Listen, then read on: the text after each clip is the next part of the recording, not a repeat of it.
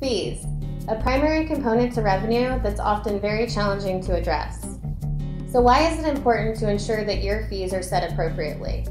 Well, first, you want to maintain competitive pricing for the value of services that you're providing in your area. Also, it's important that you maintain profitability. Let's face it, as a small business owner, you are faced with rising overhead all the time. And as a dental practice owner, you also incur additional costs to ensure that you maintain the quality of care that you want to provide to your patients. For example, state-of-the-art equipment, continuing education, maintaining a good staff, and also keeping compliance with changing government regulations.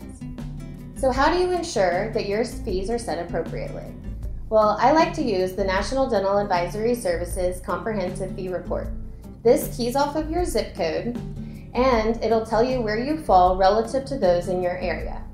I recommend the 70th to 80th percentile as a baseline for determining your fee.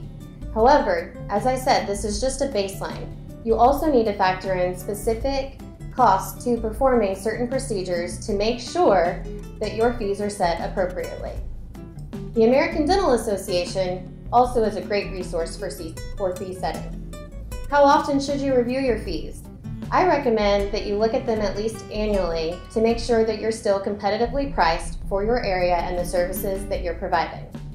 Typically, a 3% increase will be sufficient to keep up with these rising overhead costs. However, depending on specific circumstances and costs to procedures you're performing, lower or higher increases might be necessary. You might be concerned with raising your fees.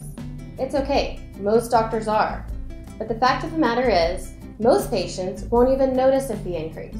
And for those that do, as long as your staff is adequately trained to communicate the rising costs of healthcare, your patients should not have an issue with paying a higher fee for that quality of service. The bottom line is, your fees need to be set at a price that's right for the value of services that you're bringing to your patients.